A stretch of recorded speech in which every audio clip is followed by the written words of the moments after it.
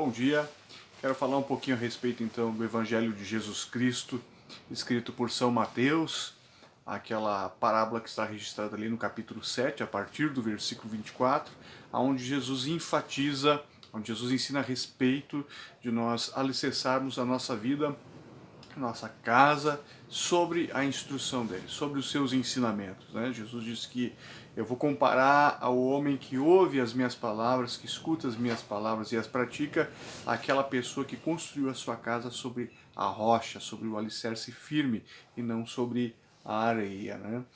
Isso me faz refletir, me faz pensar também que assim como o homem está para o construtor, Deus está para o arquiteto, para o projetista, aquele que desenhou, que idealizou as nossas vidas, né? Então é uma coisa que a gente nunca deveria deixar passar batido, é a necessidade de nós pautarmos a nossa vida pelo que o Mestre ensinou, pelo que Jesus ensinou, né? Nós nunca deveríamos deixar de atentar para o manual do fabricante para que as coisas possam nos ir bem, para que as coisas funcionem nas nossas vidas, mesmo diante das dificuldades que hão de sobrevir a todos em algum momento, dificuldades de toda ordem, né? Podem sobrevir às nossas vidas, seja uma enfermidade, seja a perda de um ente querido, seja a dificuldade financeira, ninguém vai estar livre, ninguém está livre desse tipo de situação, mas fará toda a diferença com certeza a maneira como nós vamos administrar essas crises, estes problemas. Aí certamente Deus ele tem uma palavra para nos ajudar a atravessar essas dificuldades. E como está escrito ali na parábola, elas vêm tanto sobre quem está alicerçado em Deus, como também quem está alicerçado nas suas próprias convicções, nos conselhos, nos modismos, nas filosofias modernas, né? Vem sobre todos, mas Jesus diz que aquele que há de permanecer é aquele que está bem firmado sobre aquilo que o próprio Jesus ensinou.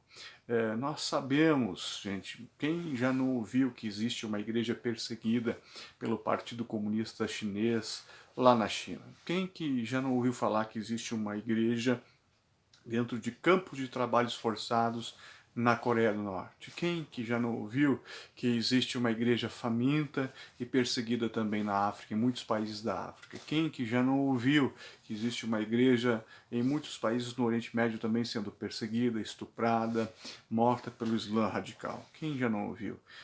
E isso já soma, todas essas pessoas, essa igreja já soma com certeza mais da metade do cristianismo moderno, nos dias de hoje. Nós temos aí o cristianismo, a Igreja de Jesus Cristo, como um dos povos mais perseguidos, sem a menor sombra de dúvida, do planeta Terra.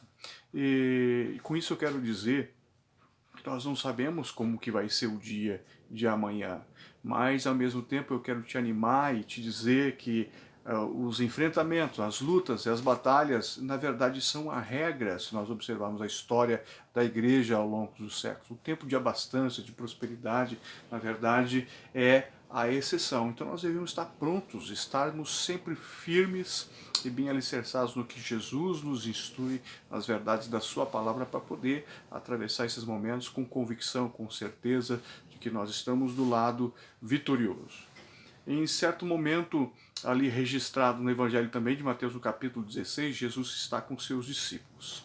E Jesus ele pergunta para eles o que eles dizem que ele é, que Jesus é. Pois o povo diz que ele é um profeta, outros dizem que é João Batista, enfim, e por aí vai. E ele pergunta, ele se dirige para os discípulos perguntando: e vocês, o que vocês entendem que eu sou? E Pedro prontamente, como sempre, Pedro diz: tu és o Cristo, o Filho do Deus vivo. E Jesus, muito animado, a gente tem a impressão lendo o texto, né, muito alegre, diz: muito bem, Pedro, e isso não veio de ti mesmo, isso é uma revelação do próprio Deus, isso é o entendimento que o próprio Deus te dá.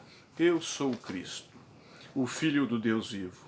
Com isso, Jesus estava chamando a atenção para o fato de que Jesus é alguém em quem nós podemos confiar. Ele é o enviado de Deus, ele venceu a morte, ele venceu o diabo, ele venceu o mundo e faz a cada um de nós que estamos firmados nele também mais do que vencedores. É o que afirma a palavra de Deus, né? Quando nós estamos firmados em Jesus Cristo, entendendo as suas promessas de salvação, de consolo, de conforto, de presença dele conosco até a consumação dos séculos, quando nós caminhamos confiantes nessas coisas, nós estamos alicerçando, construindo a nossa casa sobre a rocha firme das suas promessas. E Jesus disse que para Pedro, né, responde para Pedro, concluindo ali aquela conversa com os discípulos, Jesus diz para Pedro: muito bem, Pedro, tu acertaste, é isso mesmo, e eu quero te dizer que tu és Pedro, mas sobre esta pedra, sobre a rocha firme desta tua afirmação, ou seja, do fato de que eu sou Jesus, que venceu a morte, o inferno, que venceu o mundo e que venceu o diabo, com base nessa confiança eu te digo que as portas do inferno não vão prevalecer contra a tua vida. As portas do inferno não prevalecem contra a igreja que está firmada na rocha, que é Jesus Cristo. Que essa palavra possa te confortar, possa te animar, abençoar a tua vida, te trazer convicção, te trazer fé e coragem para vencer todo tipo de adversidade.